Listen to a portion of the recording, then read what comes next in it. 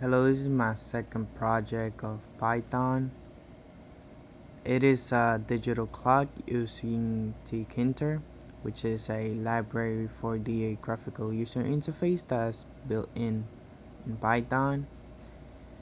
A brief explanation of what it does is basically it imports the necessary modules using Tkinter for the GUI and the time module for the time functions. For example, here it updates the window every 1000 milliseconds, which is just 1 second, and it uses the string f time, which is the string format time, and displays it on the window. So it's basically updating the window in real time.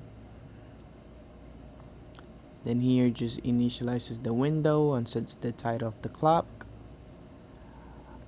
This creates the labels and pack them.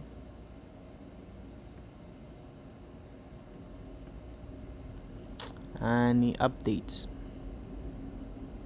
every 1 second. And here the loops continues. So yeah, I thought it was really cool that Python actually had a built-in user interface, and I learned a lot while actually researching this, how to do this project. And here's basically how it works. Let me run this. Yep, it's working.